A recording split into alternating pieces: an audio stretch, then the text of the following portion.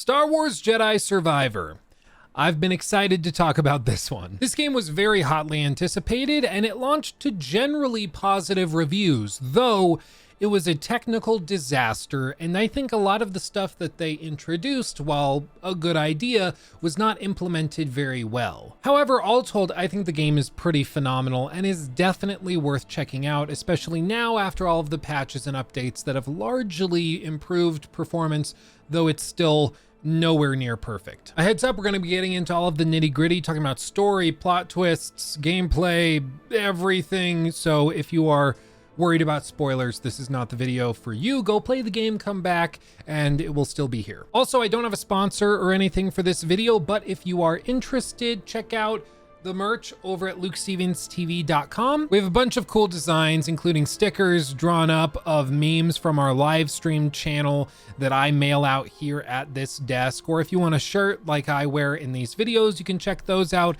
Or if you want to rep with some 16 times the detail merch to make Todd proud, you can do that too. But with that said, let's get into it. The first thing I have to mention are the technical issues. There were so many videos made when this game launched about the dropping frame rates, how the FSR 2 upscaling on consoles was just atrocious, how the fidelity quality mode didn't look really any different from the performance mode, all of the bugs and glitches, soft locks galore. There's a lot that was wrong with Jedi Survivor when it launched, and I could rehash all of those issues, but frankly, I don't think that's why you're coming to this video. There are plenty of others deep diving into all of that, including videos I've made. So I'm going to be focusing on what the game actually is at its core and mentioning gameplay breaking bugs and issues when we run into them, because it's kind of impossible not to discuss. However, these types of videos tend to be watched by people years after the fact, so for me to go into all of these gameplay breaking bugs that are current now wouldn't be very helpful for people in the future playing on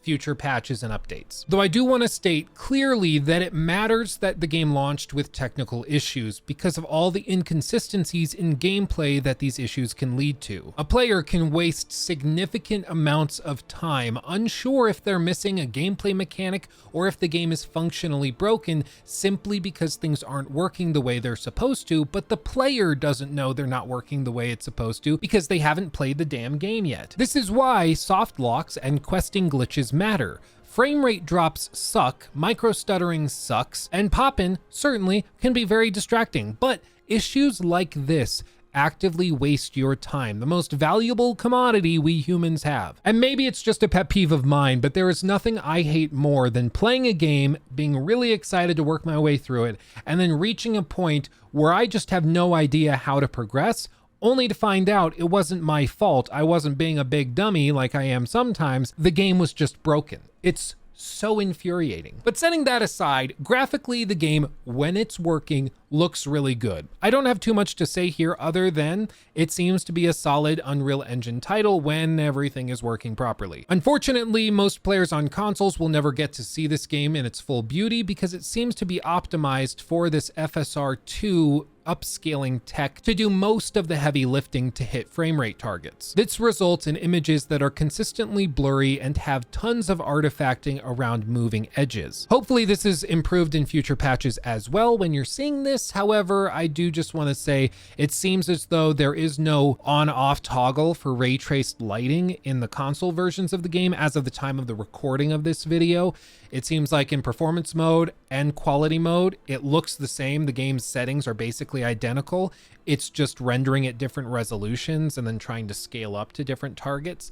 Hopefully they patch it and change how those performance modes work so it actually runs at a stable 60 and is a little sharper on the quality mode, but I guess time will tell. I've previously described how very concerned I am with this trend towards leaning into upscaling to counterbalance poor performance in modern games. And I've said this because it seems to me that more and more studios have expressed a lack of prioritization towards optimization. Instead, they're leaning into tools like DLSS or FSR2 to pick up the slack. According to Digital Foundry, at quality mode, Jedi Survivor often runs at a resolution as low as 972p and then upscales to 4K. I understand it's using some ray traced effects and things that are cutting edge, but 900p and 1080p were standards back in like the Xbox One early era. And it's just amazing to me that we have a game in 2023 that within its engine is having to render in a quality mode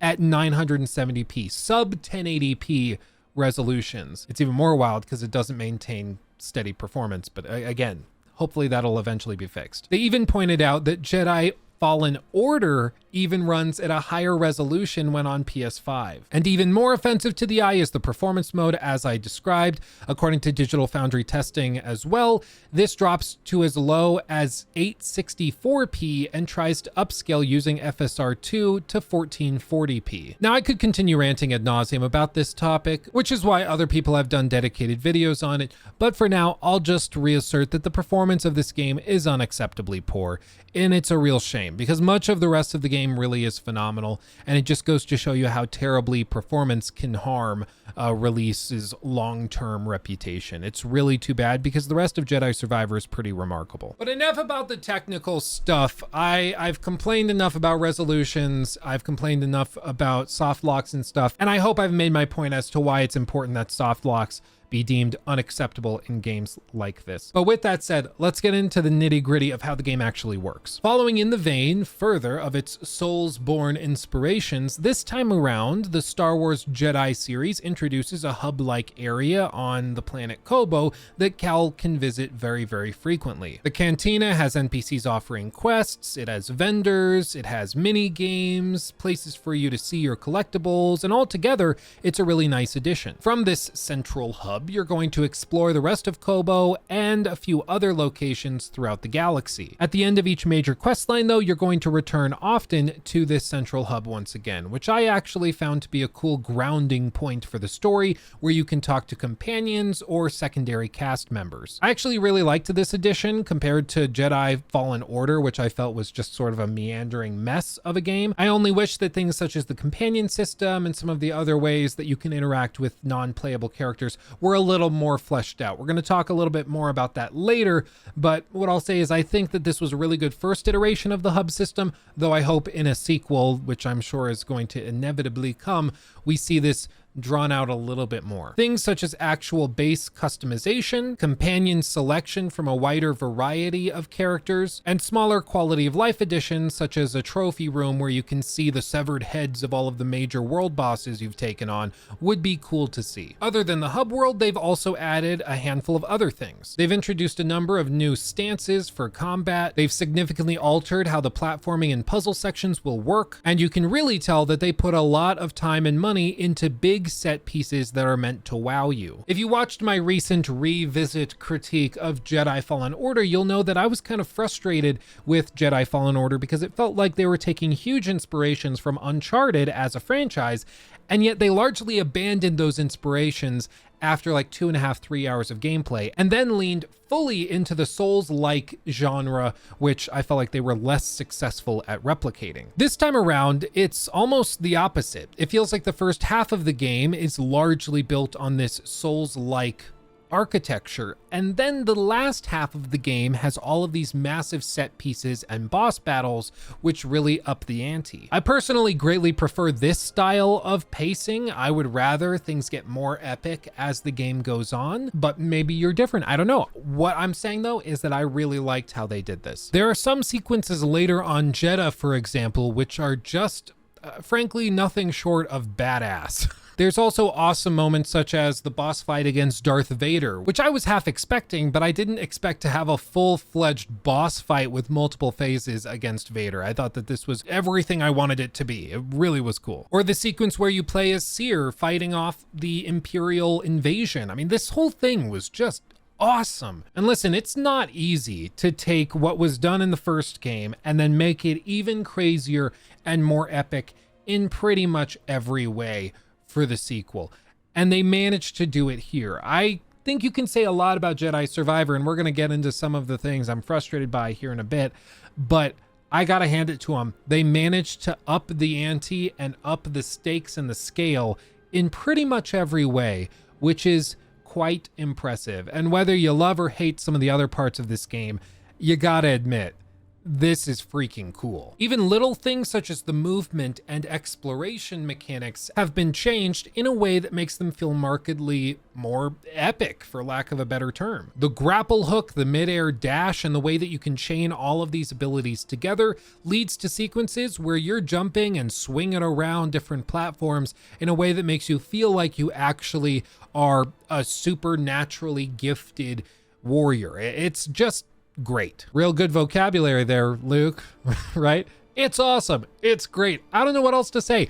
It just is fun to play. It feels really cool. And compared to the clunky movement of Jedi Fallen Order, every part of this game's improved movement system is a step up.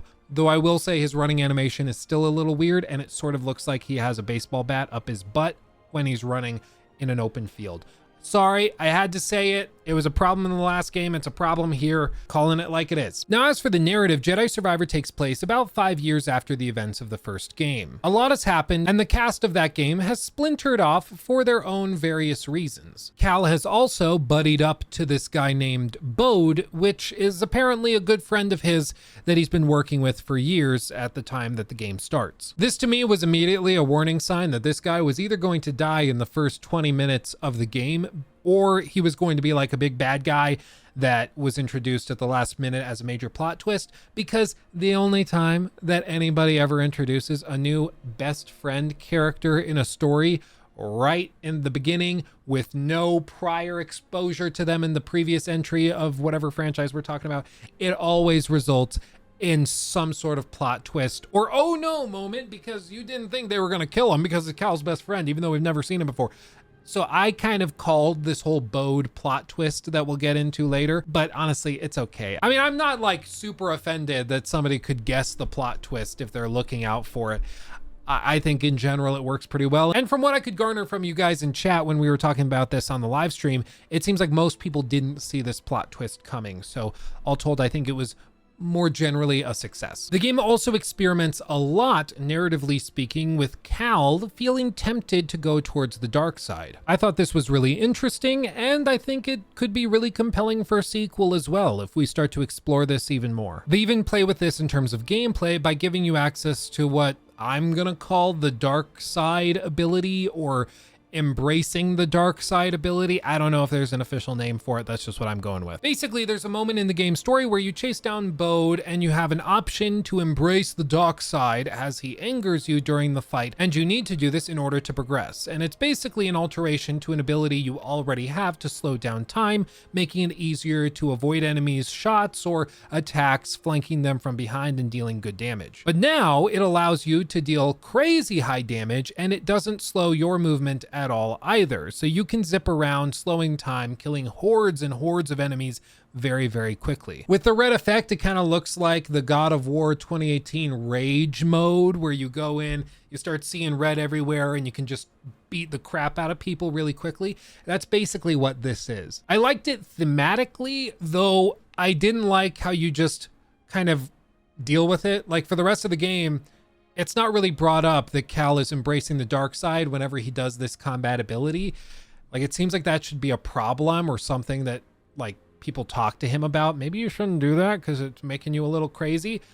Maybe he's learned to balance it. I don't know if we have, like, a Rey situation where he's all the Jedi or something, but it seems weird that this never went anywhere. Maybe in a sequel it gets addressed more fully, but even in the last boss fight against Bode, this is a topic of conversation, and this is something that comes up as part of that actual boss fight sequence. So I don't know what they're going to do with this. It's compelling though, and I think in the next game we're probably going to see Cal get tempted an awful lot towards the dark side for sure. And before anybody says that, I know that you could just like not use the ability if you don't want to for narrative reasons, and that's true. You can just avoid it.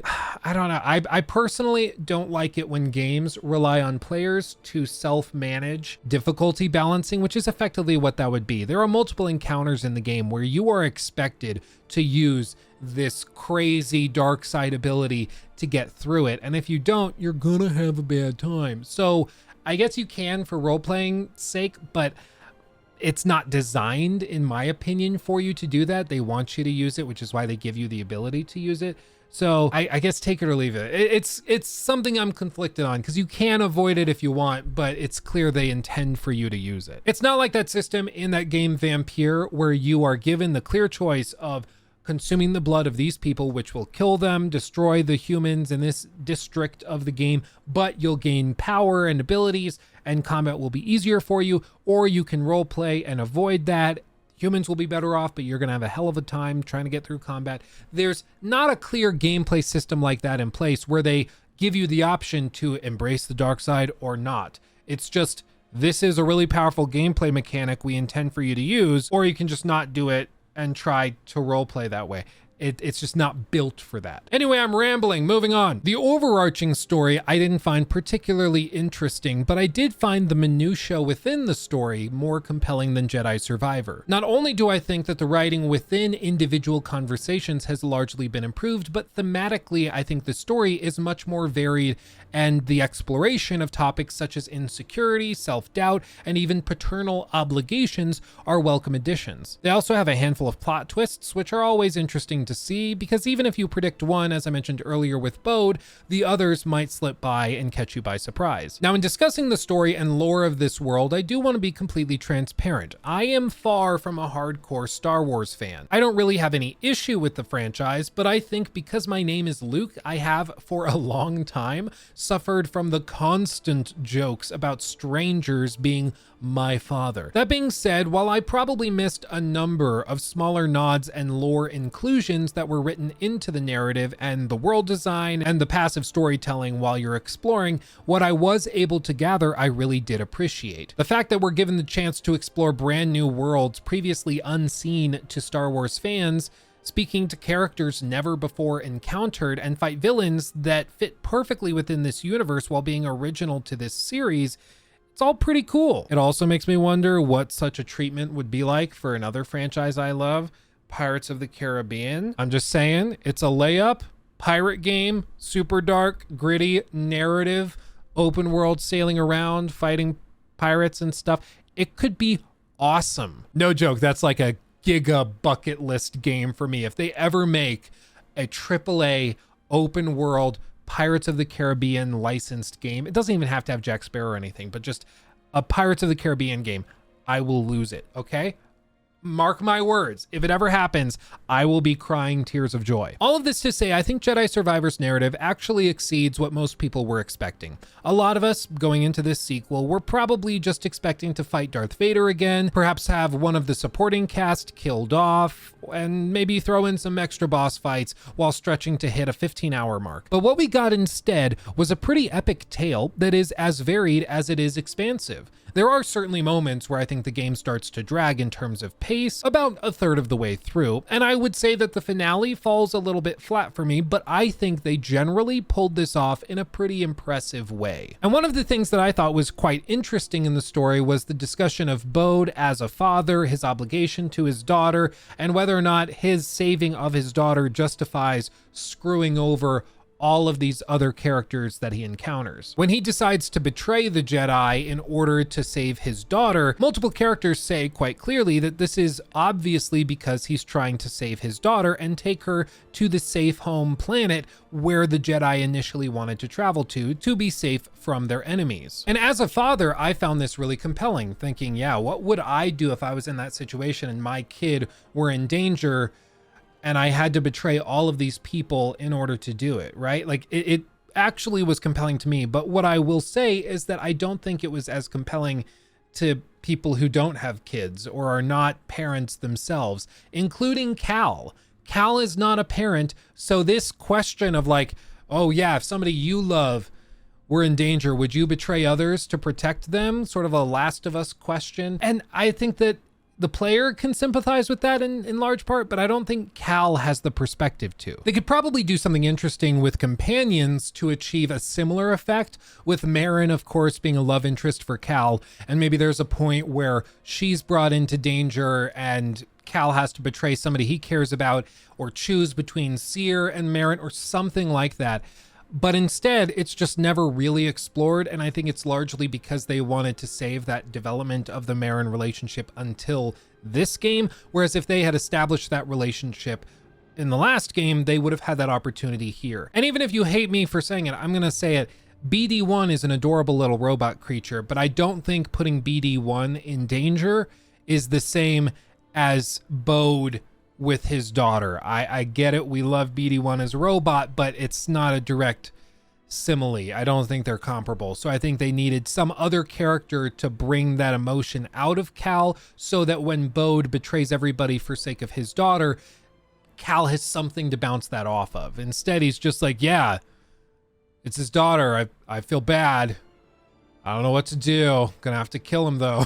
Like it just doesn't really work for me. And I think this is part of the reason that in, say, God of War Ragnarok, so many of those story beats hit so hard. Quick spoiler warning for God of War Ragnarok. Here's the timestamp if you want to skip this part and just skip right over it. But with that being said, in God of War Ragnarok, at the very end, Kratos decides that they're not going to put all of these civilians in danger, but rather they're going to be better than the gods that they're fighting against. They're going to be better. And the only reason that narrative beat hits hard as a major character development for Kratos is because we know where he came from. We know all of the themes from the last however many games and how he's been trying to be better than all of the gods that came before him, many of whom he's killed. And the fact that he has that experience brings all of this together and makes it hit hard. Whereas for Cal is just sort of this empty character, which is getting better, but I still don't find him particularly interesting. And his lived experience isn't that vast, at least as far as we've seen. So we don't know where he's coming from to make these decisions to go after Bode instead of just letting him get away or whatever else. And speaking of Bode's betrayal further, I want to just say, I don't think Bode was that out of line for betraying the Jedi in that moment. Basically, as far as we can tell, he was willing to let the Jedi go with him to this sanctuary planet so long as it was going to be peaceful. But instead, Seer and all of the other Jedi around Cal start describing how they want to turn it into their home base while they fight against the evil forces chasing them down. Basically just moving their center of operations somewhere else where that place will inevitably just become another target. It's only once this is made clear to Bode that he decides to cut and run. And I don't think he's wrong for doing that if he's trying to protect his daughter. I don't totally buy that he can't go anywhere else in the galaxy and be safe with his daughter, but who knows, maybe that's just something in the Star Wars universe I'm not aware of. I don't see why he couldn't just pick any random planet, go live in the mountains somewhere, and be happy that way until she's grown up and he dies of old age and she goes off and does her own thing. Maybe I'm missing something, I guess let me know in the comments, but whatever. But I think all of this just compounds into feeling as though this whole plot twist and this betrayal is a little bit contrived. They put Bode in here because they wanted somebody to betray Cal and everybody, and then they wanted you to feel bad about hunting him down and taking him out, so they threw in his daughter. It just doesn't feel really organic. It feels very contrived because frankly it probably is. I don't think they wrote the narrative for this game with Bode as just a good companion and a daughter and then decided at some point during development, you know what, it makes sense for Bode to betray everybody, getting them all killed at this point, so let's do that. I think they decided before he was going to betray everybody and then wrote the story around it, which I know some authors do that. It's fine if you do. You got to be a little better at covering your tracks, I think, if that's what you're doing. But here, I just don't think it lines up perfectly. As for other things that I think were great additions that didn't really play out as well as I think they were hoping them to, let's talk about companions. In my view, these are a real missed opportunity. Throughout the course of the game, your companions, I suppose, could be whittled down to BD1, Bode, and Merrin. BD1, of course, is with you all the time, including in the last game, so I wouldn't really consider him a companion as much as like part of Cal effectively in terms of gameplay. Everything, he's kind of part of you. But Bode and Merrin are separate entities that have different play styles, that do different things in combat to assist you, of course, have their own narrative implications while talking and conversing with Cal while you explore levels together. And while they're varied and I like them here, I don't think they're really fleshed out. As far as I'm aware, the idea of companions while navigating a linear narrative such as this was originally introduced in the mainstream back with Resident Evil 4. 4. The idea was pretty simple, that you would explore levels with a companion that can bounce ideas off of the player character, and offering this other perspective can lead to interesting narrative developments instead of just dead static air. You know, while you're exploring a level or solving a puzzle or something, instead of it just being silent or having somebody like Deacon St. John in Days Gone talking to himself all the time, or Aloy talking to herself all the time, you have another character to have a conversation with, which can lead to exposition, can lead to interesting emotional developments between the characters. It works really, really well, and there's a reason why it started with something like Resident Evil 4 in the mainstream and now has spilled into Naughty Dog games, Sony Santa Monica games. It's all over the place, and for good reason, because it works. The other really cool thing about having a companion exploring levels with you is that it gives you the ability to bond with that companion by way of gameplay, where the mere act of solving a puzzle together or pulling a platform of wood over for Ellie to hop on and then moving it back over here creates a bond between not just the player character and the NPC in question, but the player and the NPC, because you're helping each other, and somewhere deep down in our monkey brains, that creates a bond and gets us closer to that character. That's why I was so excited when I saw that Jedi Survivor was going to be implementing companions in a much more coherent way than we had in, say, Jedi Fallen Order, where in a couple of missions you are with Seer, for example, but it's not in any noticeable way, or like Marin's there, but she's not really there with you while you go through levels. So I was excited. But unfortunately, it only really comes out in heavily scripted sequences, and other than that, you're mostly left to your own devices. There are narrative developments that happen, and occasionally somebody like Marin may help you navigate a level, or you can command Bode to shoot down some object to let you jump on it and progress through the level. But again, these are usually in very precisely placed and heavily scripted sequences, and while you're out exploring, they are going to be sitting back on the ship or somewhere else entirely, doing their own thing. And this honestly surprised me. While you're exploring Jeddah, you don't actually have the option to like go to your ship and select Marin or Bode to come with you while you explore. If it's during a specific main story quest, they'll follow you, but otherwise they just stay on the ship sitting in a chair doing nothing. It's really, really bizarre, and to me it seems like a total waste of a companion system. I really think in a sequel, if they fleshed this out a little bit further and gave us the ability to select companions to explore certain levels with us, it could be really, really interesting, especially because this game implements a lot of Metroidvania ideas where you need to return to certain areas with different abilities later in the game to be able to explore them and get the goodies hidden behind those locked doors. And you could do something very similar with different companion characters, almost exactly like they did in the Lego Star Wars games all those years ago, where you needed somebody on the Sith side to open up this door with the little red magic outline, or this person you needed Jar Jar's double jump to get up this ledge.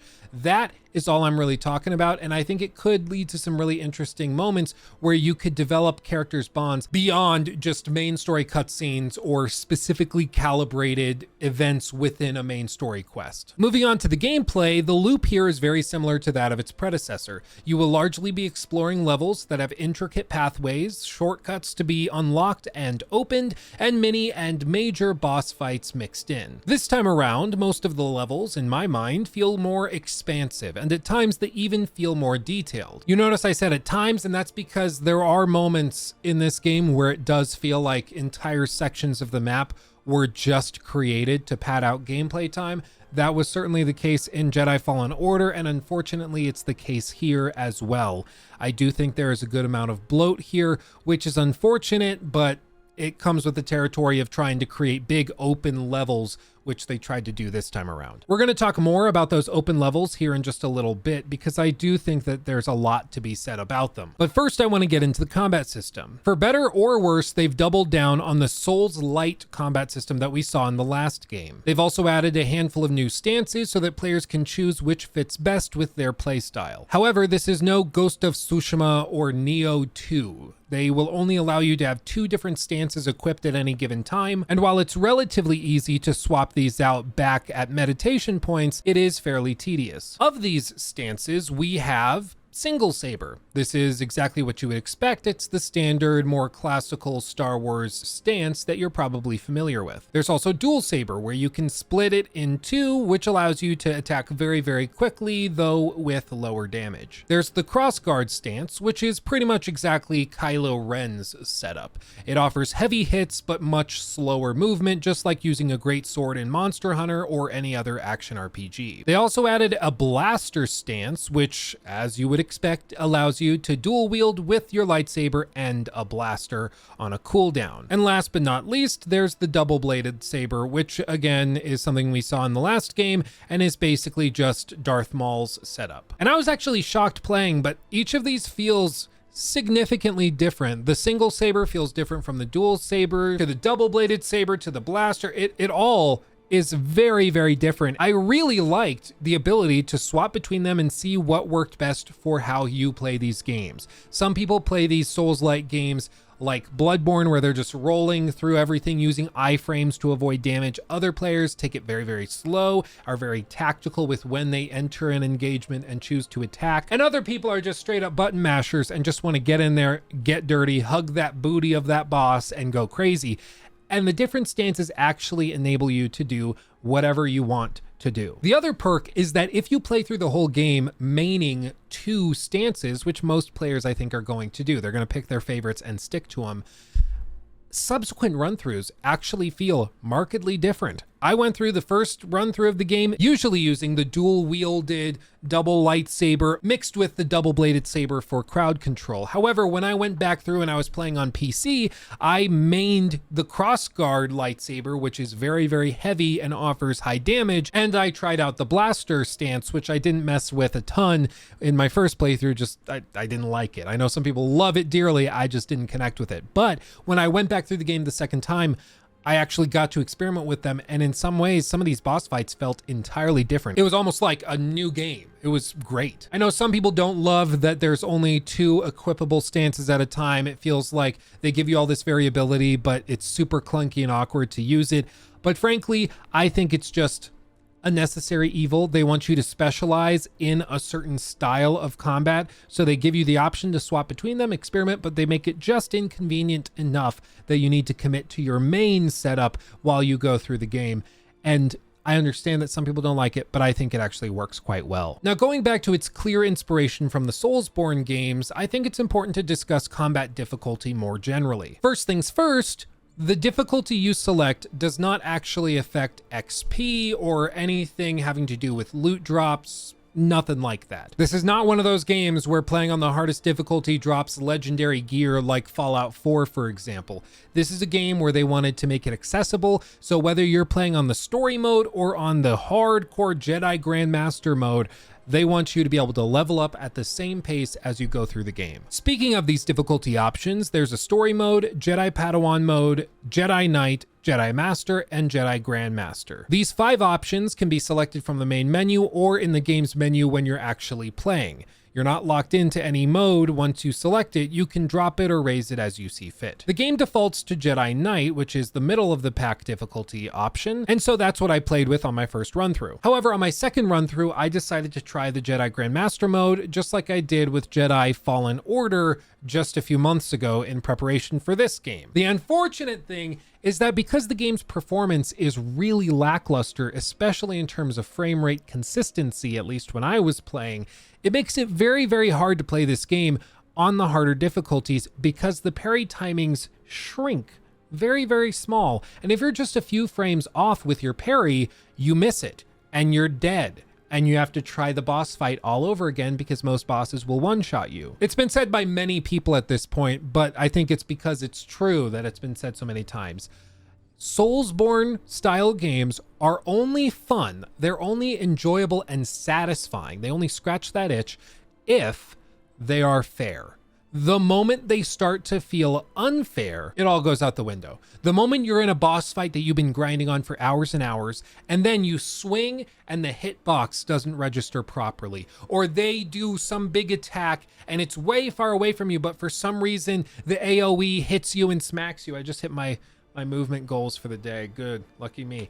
The moment it's not consistent like that, it rips you out of it. You'll get totally pissed off. You'll throw the controller and you just want to be done because you feel cheated, because in many ways you were. This is how I know I'm getting like heated in a video or like passionately talking, is because my watch is like, oh, you're clearly on a run, because why would your heart be beating that fast? And why would you be moving so heavily and crazily? I need to calm down. Do I have water? I need water. The point is, as the technical performance currently stands, I wouldn't recommend going through on Jedi Grandmaster, though once the performance is steady and reliable on whatever hardware you're playing on, whether it's on console or on PC, I would recommend trying that on subsequent playthroughs. Honestly, there's nothing more satisfying than playing a game like this on the hardest difficulty and just parrying the crap out of bosses, blasting through them. Your gameplay will make you look like some sort of legend or fiend, because you're parrying everything, not getting hit, and demolishing every enemy on screen, whereas just playing on like the normal mode or something allows you to make enough mistakes that you never really have to get good at the combat system. But speaking of the get good mentality, I do just want to address the story mode difficulty real quick, because I saw some people on Twitter being kind of nasty to people about this. They're like, it's clearly a Souls-like game. You're not supposed to go through on the story mode. That's for pussies or whatever. And honestly, gaming at this point is an international hobby. It's a hobby for men, women, for kids, toddlers, adults, for the elderly. Like, we all come together in this industry. And the last thing we need is to be gatekeeping something as stupid as a video game's difficulty options. Like, touch grass. It's okay. Like, I get it. You're passionate about it and you feel like you have to earn some sort of respect by playing games on the hardest difficulty. But frankly, there's just some things that are not that big of a deal. If somebody played through this game on the story mode difficulty and had a great time, awesome. Props. Not everybody wants to grind out games that are super difficult, bash their head against the wall trying to get over a boss fight or something. I would encourage them to try it on harder difficulties, because I think you'll be more satisfied when you overcome that challenge when it's difficult. But I'm not going to shame somebody for playing on a lower difficulty. Like, how much free time do you have? Like, chill out, dude. It's okay. Do you need to talk? Do you need to call someone? Jesus. Speaking of Jesus, let's talk about enemies that respawn. Just as in the last game, every time you load back or rest at a meditation point, enemies will respawn where you found them last, except for major bosses. Unfortunately, this game falls victim to one of the many ills that plague this genre of games. And it's what I call the sprinting problem. I don't know if that's what it's called. That's just what I call it. Basically, it's when you sprint around all the enemies instead of fighting them. You see, the way that XP is paid out in Jedi Survivor, you don't have much incentive to fight waves upon waves of enemies, respawning, and then fighting them again while you re-explore the level or work your way to a different part of the map. And while I don't have any data mine stats or anything to demonstrate this point, what I will say is that I know for a fact that combat difficulty, or the option for difficulty that you choose on the main menu, does not affect XP payouts. Other people have tested this. It doesn't. And when I was playing through on my PC on the hardest difficulty, I chose to just run around all the grunt enemies, working my way through major story checkpoints and things like that. And in my anecdotal experience, I didn't have any trouble leveling up or working through the various levels and main story missions. At no point did I feel like, oof, I am not high enough level for this. Whether this is because the game uses a dynamic XP system to make sure you're at a certain power level as you head into new story checkpoints or beats, or maybe it's just that the game doesn't actually have your typical damage scaling system like in an action RPG, but rather it just has flat damage output, and then you can boost certain things with different skills that you unlock by using the XP that you collect while fighting all those grunt enemies and mini bosses and things like that. Honestly, speedrunners are probably the people to talk to about this, because I'm sure that they have experimented a lot with this. And from looking up a few of the speedruns that currently exist, there's not many for this game yet, but there are a few. And while looking at them, I'm actually surprised at just how few of them spend time trying to specifically boost damage. It doesn't seem like that's really a priority. It's just about getting from place to place as quick as you can. So I don't think that actual damage scaling is really a factor here. And what that means is that in main story missions, there are many times where the game will specifically task you with clearing waves of enemies or wiping out everybody in a given room or space before progressing. They might do this by having a lock or a door that takes a certain amount of time to open, or you need an object that only spawns from the last enemy who dies, something like that. It generally works to force you to engage with the combat. You can't just sprint through everything. But when you're out exploring the world and you're on your own time, again, there's very little reason to actually actively engage with enemies when you can just run around them. And to me, that's not great. I think that's an issue with the leveling system, not accounting for that. Maybe there could be a way where you have hard level gates between different areas as you go through the story, but then again, that might be considered too advanced for this game, and they were trying to keep it kind of short and simple, stupid, keep it dumbed down and accessible. I'm not totally sure. All I know is that I don't think as it is, it works very well. One thing I am very conflicted on are the stims though. You see, in Jedi Fallen Order, you were able to go through the entire game only collecting 1 or 2 stims at specific moments where it's almost impossible to miss them. And so you could complete the final boss fight with only a handful of stims at your disposal for healing after taking damage. If you wanted to find more, you had to go out and actively seek them out in levels by exploring. And maybe this is just me, but in my experience, stims are much easier to find in Jedi Survivor. By the time I reached the end of the story in my first playthrough, I had like 9 or 10 of these things. There's a perk you can get, which gives you an extra one, so I don't know how you would count it. But I had like 9 or 10 of these things, and I never felt as though I needed more healing. It was way too much healing for what I needed, and apparently there are 12 in the game,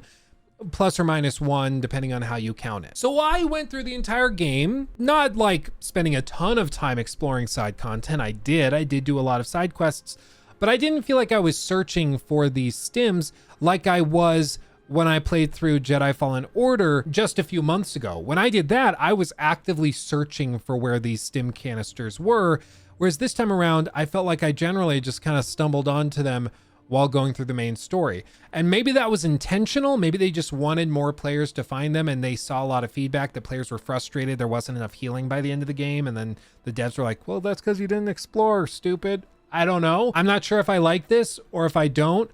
What I do know is that it really felt as though there wasn't much challenge by the end of the game because you had so much healing. But then again, maybe that was part of the design. Maybe that's what they were trying to do. As for other elements of the combat system, the parries I felt were much tighter this time around. I don't know if that's just me or if it actually has been improved, but last time it felt as though they were fairly inconsistent. Sometimes parries would register very, very tight and responsively to your actions, and other times they wouldn't. Aside from the technical hitching and frame drops, which make parries almost impossible to pull off when they do occur, this I thought was a marked improvement over the last game. I also felt that in general, there were much fewer saber or blaster sponge enemies this time around. Don't get me wrong, there are a few bosses, some of which we're gonna discuss here in just a little bit, that were certainly built to just take forever to get through. However, in general, especially for the grunt enemies, it feels as though they aren't as bloated as some of them were in the last game, like those purple guys. Jeez, I hate those guys. You know, the guys with the spinny sticks with the purple on the end? Can't stand them. And in addition to all of this, I will also say that hitbox accuracy feels very much improved this time around. As you can see on screen, some of these combat sequences would be very, very difficult, I'm sure, to track with accurate hitboxes, and somehow they managed to do it. The only exception would be this massive frog guy, which I'm going to talk about in just a little bit. Don't you worry. I think we can all agree this guy can go truck himself. The reason I can't stand this guy is because he is extremely cheesy. It feels as though he has hitboxes that are not very accurate, specifically when dealing damage to you. It also feels as though his AoE attacks are much broader than they should be, and he has ridiculous tracking on a few of these grab animations. But again, we'll get to him in just a second. You know what? Now's as good a time as any. Let's get into the nitty-gritty of how the bosses work, because this is one of the biggest selling points of Jedi Survivor, that they took the Souls-light combat and then they expanded it and gave us a ton more bosses with tons of variability in a Star Wars setting. And for a lot of people, it's a dream come true. So let's talk about it. But first, I'm going to do a little costume change. Woo! Spin move! Smoke moves! Ooh, there we go. We're back in a different outfit wearing shorts because it's a lovely day. Let's talk about bosses in Jedi Survivor. There's no way of putting this other than saying this is a huge improvement over the last game. The variety of bosses, difference in movesets and archetypes, difficulty, and sheer quantity have all seen a huge step up. Whether you want to fight bosses you came across in the last game, or if you want to take on new foes, such as a Rancor, you will find it in this game. A lot of them are hidden around secret caverns, or you find them through rumors, which are things that you get while speaking to NPCs around central hubs of the game, such as the saloon in Rambler's Reach on Kobo. Sometimes they'll give you a gentle hint that there's something that needs to be checked out in a certain area, and then you'll get a map marker leading you to the general area where you can expect to either find treasure or usually a mini boss guarding some treasure. Now there's all sorts of different types of bosses you'll encounter, whether they're beasts or humanoids or androids or just crazy aliens. There's a ton of variability here, and they each have their own move sets, different attack patterns, timings for parries. I freaking love it. The one thing that is very inconsistent though is the difficulty. You see, Jedi Survivor and Jedi Fallen Order both implement what are known as Metroidvania styles of world design or level design. And basically all that means in common parlance is that there are certain areas within levels that you will reach early on in the game that you can only get through later on using separate abilities that you unlock later on within the main story, for example. However, this isn't just implemented by way of, say, destructible objects that you can only blow up with a certain ability, but rather also to the difficulty level. For example, the Rancor. Every time I say it, it sounds weird. Rancor. I'm just gonna say it however it comes off my tongue, I'm sorry. The general consensus seems to be that this guy is extremely difficult for when you can discover him in the game. A lot of people will take on the Rancor with as few as 2 to 3 health stims, which makes this fight very, very difficult considering how aggressive he is and how slow I think you're expected to take the fight. This probably means that the developers intended you to find him, bash your head up against the wall for a little bit, and then give up, moving on to another area and returning once you've grown more powerful or capable with new healing items and skill unlocks. Part of what reaffirms this idea that you're meant to fight the Rancor later on is that some of the animations are so short for some of this that it really makes it seem like they intend for you to use abilities such as the lightsaber throw, which you're going to unlock using skill points later on in the game. You probably won't have that ability when you first encounter this guy. An example would be the stagger. If you deal enough damage, you parry the crap out of him and break him so that he's staggered, he will fall backwards a little bit, but he will recover so quickly that you won't be able to actually take advantage of the opening. And so it feels as though you worked really hard and played very carefully to stagger him, only to be given a split second to take advantage of that, a time period which is simply too short if you're playing with the basic moveset and skills equipped that you'll have at the beginning of the game. Whereas later on, you'll have things like the lightsaber throw, which allow you to quickly get in there and deal damage before he fully recovers. But I mean, all of this is sort of beside the point, because even if the developers intend for you to take this guy on later in the game, it doesn't really matter, because if you want to just bash your head up against the wall and keep trying until you've defeated him with a basically perfect run of not taking a single hit and dealing out perfect damage, good on ya. That's awesome. More power to you. However, I do think it's important to note that a lot of players are going to feel as though they should be able to do this, so they'll keep bashing their head against the wall, and it can often lead to frustration, which for some people is a real turnoff. But I would say most people who are playing these games are adults and can figure it out themselves, and if they're having trouble with a boss fight, they shouldn't feel ashamed moving on until they gain new abilities, and I think most people can figure that out. But I think perhaps the most important thing to discuss when it comes to the bosses is not necessarily the quality, because I think in general, especially taking them on in like New Game Plus, they're pretty well built. But I want to talk talk a little bit about the rewards that come from these boss fights, because you can bash your head up against the Rancor early on in the game and beat him. And I think most players will be doing that because they feel as though he's probably guarding something that's pretty special. Why else would you put a very difficult boss in front of a locked treasure chest effectively? Got to be because there's something good in there, right? Well, in some cases after a boss fight, the reward is quite good. In the case of the Rancor, you actually get a skill point and you get something called the Shatter perk, which helps you break down the guard of enemies much faster, which if acquired earlier in the game can be really, really useful when taking on bosses later on and things like that. So it's actually a pretty solid reward. However, a handful of other mini bosses you'll encounter as you work your way through the game are guarding things as useless as a different paint job for BD1, or a beard style, or a different haircut like a mullet that you're never going to use. And this leads us really nicely into the open world discussion, because I think one of the biggest problems with Jedi Survivor is how they reward players for exploring and for doing stuff like mini boss fights and things. They do have a lot of cosmetics in this game, which they deserve credit for. There is a lot of customization available. However, I don't think it's a controversial thing to say that finding a mullet in a box or a different paint scheme for BD1 is not as impressive as finding, for example, a stim canister or a new perk like you got after that Rancor fight. There's nothing more frustrating than spending an extended period of time exploring and navigating a level,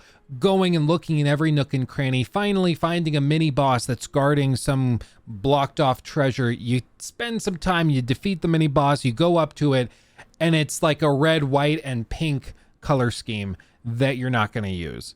It feels like a total waste of time. It's like when you're playing Diablo 4, you take on some boss and he drops a bunch of gear for a character that isn't yours, like for a barbarian build, but you're playing as a necromancer. You're like, oh, okay, well that sucks. Like if the game does that, and if the game were to drop gear that you can't use or are just not going to use, you'd be like, oh, well, so that was a waste of time. That wasn't worth it. I just did that for nothing. Even though you got something for it, it feels bad, man, because it's not something that you actually will use. So effectively, by way of its lack of use, it's useless to you. And if we look at other games such as Tears of the Kingdom, you can see what this is like when it's implemented very well. When you explore and find a unique armor set, or you find Majora's Mask down in an underground coliseum, or you get all sorts of diamonds that you can sell for super high value, or you find a shrine and then that gives you one of the 4 little orbs that you need to upgrade your max health or stamina. It's little bitty things, but it's something tangible that's useful and will eventually have an actual impact on your gameplay. I do think that whenever we get the sequel to Jedi Survivor, which at this point I'm convinced is inevitable, they really do need to reevaluate just how they reward players for completing these side activities that are more optional. As far as I'm concerned, there really is not much reason to freely explore the world of Jedi Survivor other than simply seeing things for their own sake or because you are a completionist. The quality of rewards to be found are so vastly inconsistent that it's frankly baffling. After my 4th or 5th time in my first run through of looking in nooks and crannies, finding something that was hidden away only for it to be something totally useless, I basically decided that this wasn't worth my time. If they were going to reward my careful exploration and searching with something as stupid as a couple of different colors of paint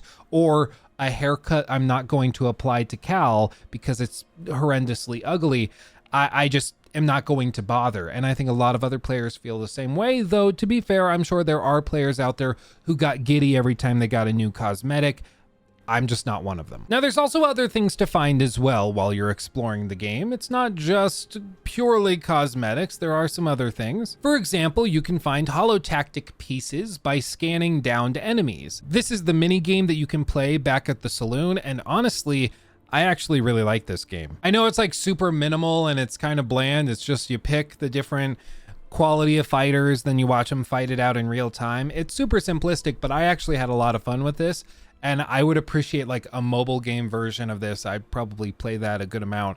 I just thought it was kind of fun, and it actually encouraged me to scan all of the enemies that I downed instead of just running past them like my knee-jerk reaction is to do. So props to them. They found a way to get me to do something I wouldn't normally do in a game, and all for sake of a mini game, which, while I don't think it's on the same level as the mini game that they have in, say, Horizon Forbidden West that I can't remember the name of, or like Gwent in The Witcher 3, I do think that this is pretty interesting, and if we get a sequel, I would love to see them expand upon this and that. Beyond haircuts, you can find different outfits for Cal or get-ups for BD1 or the ship like you did in the last game. You can also, of course, find different customizations for Cal's lightsaber, blaster, and even find different seeds for planting in the garden on the roof of the cantina. It's pretty cool that there's so much stuff here. It might not be for everybody, but if you're a completionist, there's plenty to find. Though I will still insist the most satisfying thing to find while out exploring in the world were the stims. These things were just like a little shot of dopamine straight to my brain every time I found them, because they have a quantifiable and noticeable impact on gameplay and combat especially. Now, as for general open world exploration, setting aside how you're rewarded for doing it, this will take the form usually of running around or occasionally using mounts such as spammels, neckos, or relters to get to different areas on the map that were initially gated off. The spammels are basically just space camels. These are the big blue long-legged things that run really, really weird. I don't know if it's just me, but these things freak me out. They terrify me in a way that I cannot even begin to describe. They just look wrong. Their animation sets are also really, really weird. Their feet don't sync with the ground, so it looks like they're sliding constantly.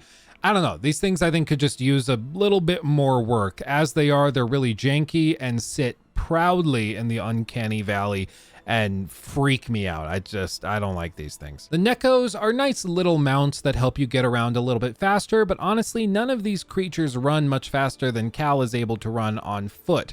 It never felt as though I really needed a mount to get around these levels. I could just kind of run and zip around. It's like the Gotham Knight situation all over again, where they give you a motorbike where you can zip around on that, and then they also give you a grapple hook to fly around, and then each character also has a specialized movement ability. So they give you this really cool gameplay ability, but it's not actually useful enough to warrant your careful consideration while exploring levels. But once you finally get to some place that's interesting, you can expect to either be completing different combat challenges, clearing a space of enemies, completing a platforming challenge, or finding a puzzle that needs to be completed with some combination of the aforementioned abilities implemented as well. Sometimes while exploring these large open areas, you'll find something that is specifically intended for use in the main story, and other times you'll find stuff for side content. The game doesn't usually prevent you from engaging with the side content, but they will prevent you from engaging with the main story content before they're ready for you to engage with it. This brings us back to those Metroidvania elements where they want to make sure that you have a certain set of abilities before progressing through a given area at precise moments in the story when they want you to be able to do that. So they make sure that you're able to do something such as using the Relter to glide across a vast expanse,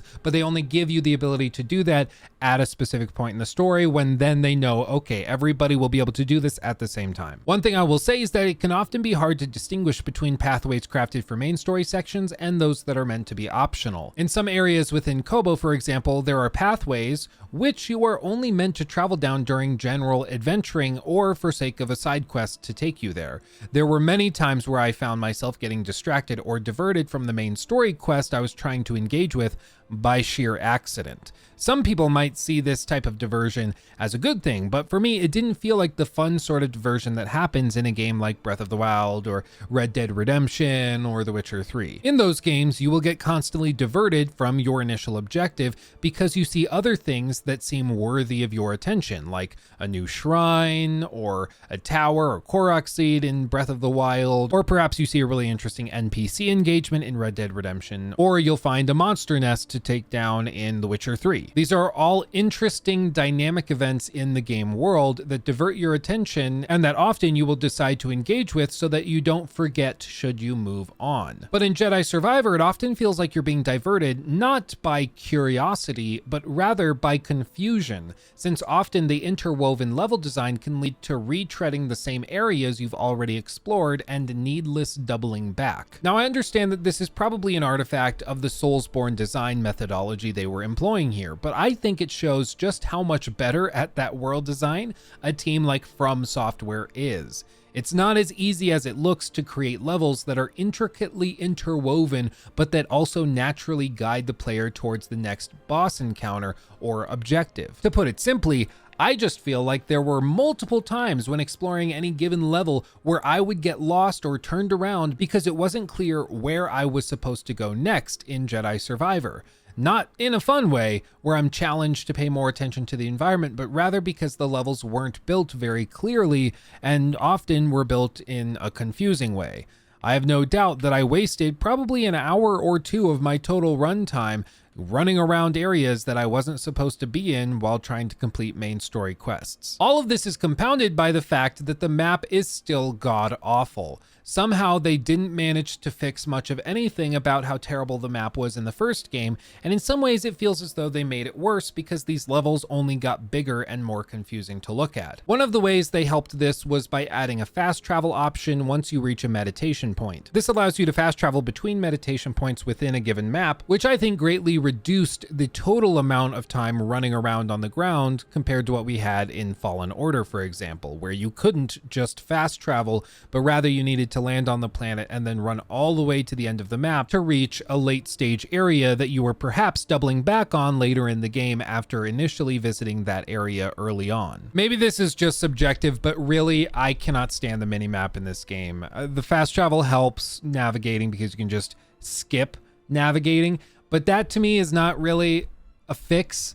Like, if your fix to a system being kind of crappy is letting me avoid it by using another system that just ignores it and allows you to fast travel past it, that to me is just a band-aid fix. You should still figure out what was wrong with the initial system, which players are going to have to use until they unlock all of those fast travel points. To me, this thing is up there with the Dead Space minimap. I just cannot stand it. It's baffling that anybody on the dev team thought that this was passable. It's borderline useless. It's just terrible. And listen, I know it might just sound like I'm whining and complaining about the minimap for no reason. I'm just nitpicking, but honestly, a map matters if you're going to give one to the player to begin with in a game where there is very intricately and interwoven level design, which is what is here. If you're going to give the player a map and these interwoven levels, you are telling them that this is what you can use to explore these levels. This is what's going to help you. This is a tool.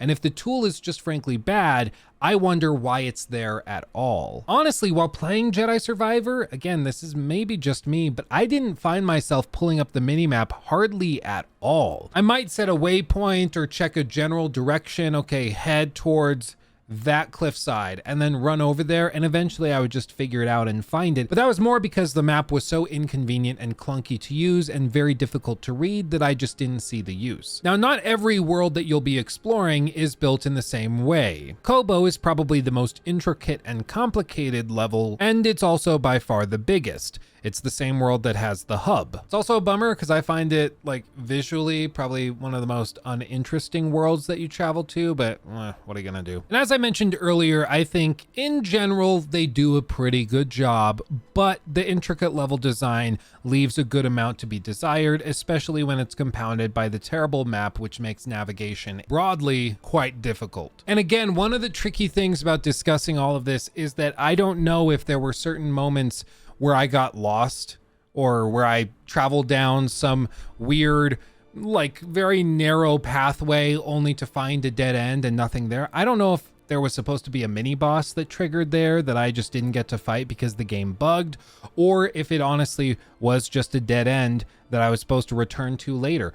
I don't know, because I hadn't played the game before that first run through. And that causes all sorts of issues, as I mentioned earlier, when the spawn rates and when questing glitches out like that.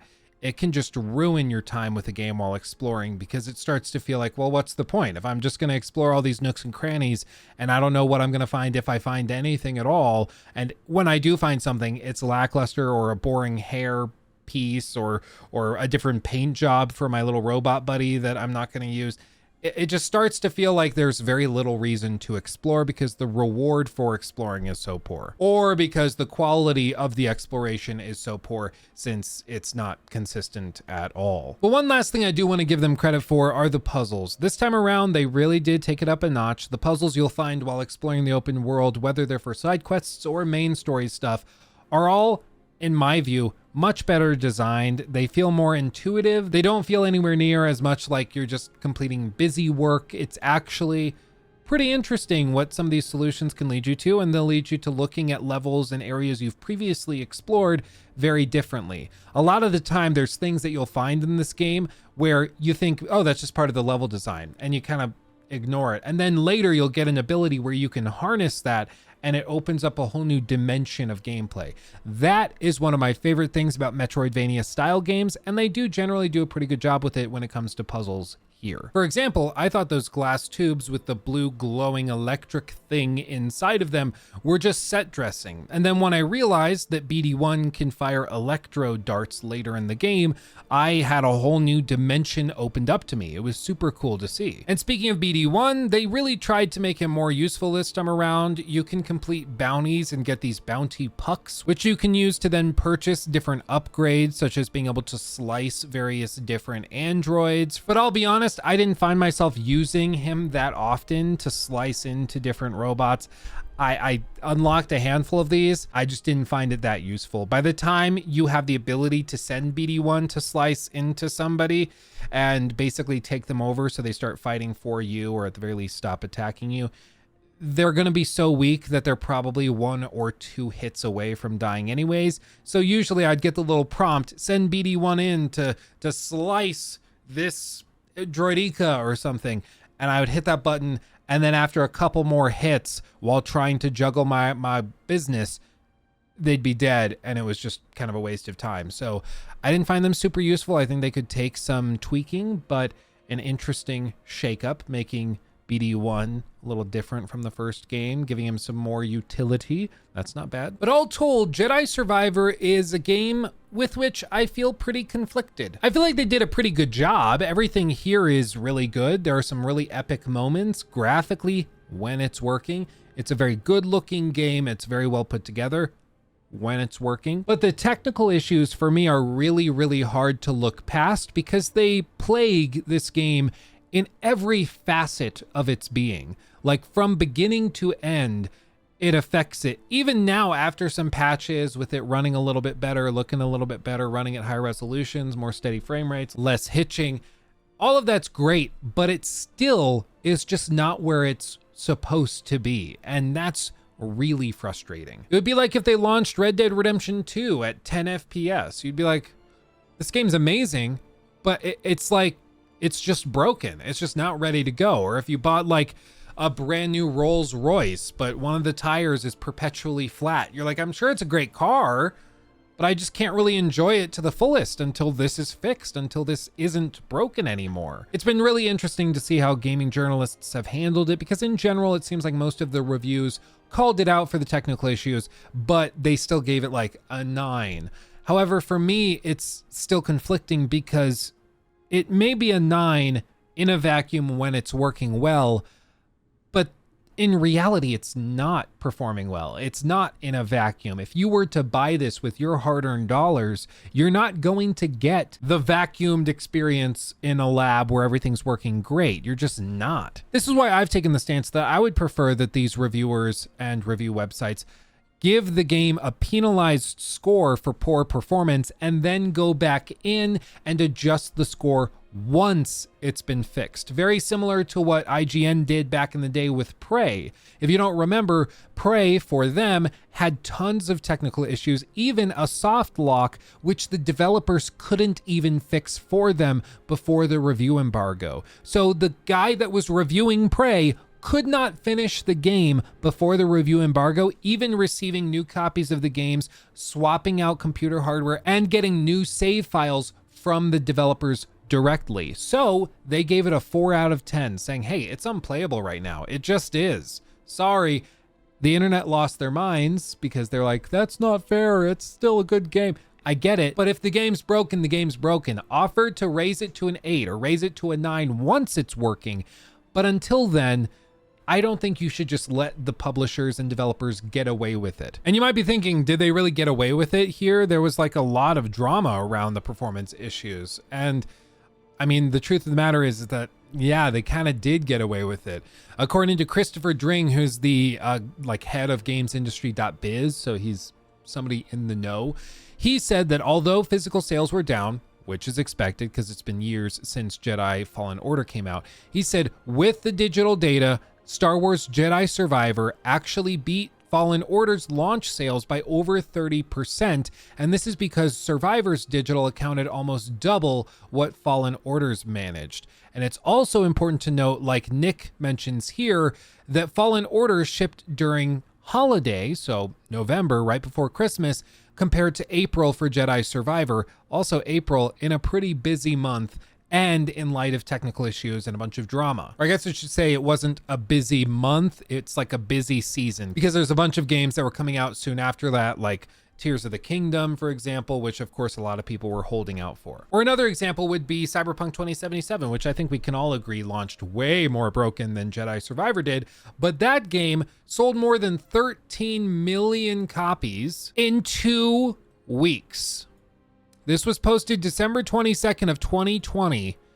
They sold 13 million copies in 2 weeks after all of the refunds and stuff were taken into account. The unfortunate truth for us is that it seems as though when games launch super broken, it doesn't really affect sales numbers. In some cases, like with CDPR or Ubisoft, when they launch broken games that get a ton of bad press, or I guess you could also say EA with Battlefront 2, they sometimes see stock repercussions just because of the bad PR, but usually those stock repercussions are recovered fairly well as long as the business was healthy to begin with. In the case of Cyberpunk 2077, it's different because I think the stock was super overvalued going into Cyberpunk's launch, but that's a whole other topic for another video where I get to flex my corporate finance crap on all of you guys. The point is, it doesn't seem as though publishers see much blowback or financial damage from launching a broken product versus a really polished and refined one. It's a bummer that that's the case, but so long as review sites keep giving a game that launches broken like a 9 and say, but it's broken, it's awesome, but so, you know, it's a 9, but it's super broken. As long as that keeps happening, I think they're going to keep doing this again and again and again. And if you're somebody that buys a game and it is broken at launch, return it. Just return it. They'll fix it eventually, and then you can rebuy it, but just vote with your wallet in the meantime. But circling back to Jedi Survivor itself, I think the game, when looked at in a vacuum, is very, very good. In many ways, it's everything we hoped that Jedi Fallen Order would be, and it makes Jedi Fallen Order feel like a sort of beta or alpha to this whole game in a really, really good way. And it really gets me excited for whatever the next game looks like. While there are plenty of places where you can poke holes and say, oh, well, this doesn't work super great, or the running animation here is not great, or this boss doesn't feel super balanced, or this or that, or this or that. As people who play video games, I think it's fair to gauge the overall experience. When all is said and done, when you've played through the whole game once or twice or however many times, you've done a bunch of the side content, you've seen pretty much everything the game has to offer, how do you feel? And for me, right now, I feel like it's a very good game that is plagued by issues. However, once those are fixed, it will just be a very good game sitting there ripe for the plucking. And another way I often gauge games is how badly I would like to see a sequel or see the team take another crack at it. And honestly, I cannot wait to see what they do with another game. I mean, what they've done here is already quite impressive, and to see them go at it again, hopefully with like Unreal Engine 5, with a little bit more QA time, with a little more polish and refinement, I think we could see some truly insane stuff. They already upped the ante and did some crazy high budget cinematic stuff in this game. And to see what they could do in a game that is built from the ground up for current gen consoles and current gen software and engines, I think it could be super cool. I don't think Jedi Survivor is a Game of the Year contender, frankly. It is probably one of the best Star Wars games we've gotten in a while, but I would say that's not really saying much. It's still very good, but it's not a masterpiece. It takes inspiration from open world games, from the Soulsborne franchise, from all of these different places, and some of those things that it pulls, it does well, and then other bits, it just totally fails. It might do a Star Wars version of Dark Souls combat decently well, or perhaps Neo combat decently well with the different stances, but then they just totally blow the interwoven, intricate level design, and they just don't do a good job of that. It's just super confusing layouts. Or they see big open world games like Breath of the Wild, and they're like, oh, we can do that. Big open worlds, open levels that you can explore freely and find interesting tidbits guarded by bosses. That could be really interesting. Take some inspiration from like Elden Ring, even though Elden Ring probably launched so far along in development that it wasn't really an inspiration, but still you get what I mean. They looked at that and said, okay, open world stuff with cool treasure guarded by bosses. We'll take that and then we'll just kind of do it really crappily by rewarding players with stuff they don't want. And it just never quite lives up to the standard of inspiration they're taking. But maybe in a sequel, they figure it out. Maybe they listen to the feedback and they see, oh, people want more quantifiable, like tangible rewards for exploration. Okay, we can do that. They want bosses that are a little less confusing as to whether they should be taken on now or later. Or they really hate this frog boss who can eat every part of my ass because he sucks completely. Seriously, I was gonna like talk about this frog boss in a little more detail, and then I was just like, I don't know if it's really worth it, but I will just say, to wrap all of this up, that this frog boss is terrible. The tracking is awful. The AoE attacks have really wide range. It's just, this one needs some love. Maybe they've patched it by now, and maybe now it's not terrible, but at launch, this thing was a nightmare. But to wrap all of this up, I would say that Jedi Survivor probably is like the Star Wars Jedi 1.0 experience to me. It makes Fallen Order feel like the 0.5 beta or the 0.8 or 0.925 beta, not the full version, but it was still in the oven figuring itself out. And that gets me really excited for whatever the sequel is, because it finally feels like they have their feet under them and they're able to make a really high quality, vast, expansive, epic Star Wars game. This was their first real crack at it, almost like Arkham City after Arkham Asylum. So I just can't wait to see what they do next. Is the next game going to be their Arkham Knight? Are they going to do a really good job also sort of fumbling it? Or are they just going to hit it out of the park?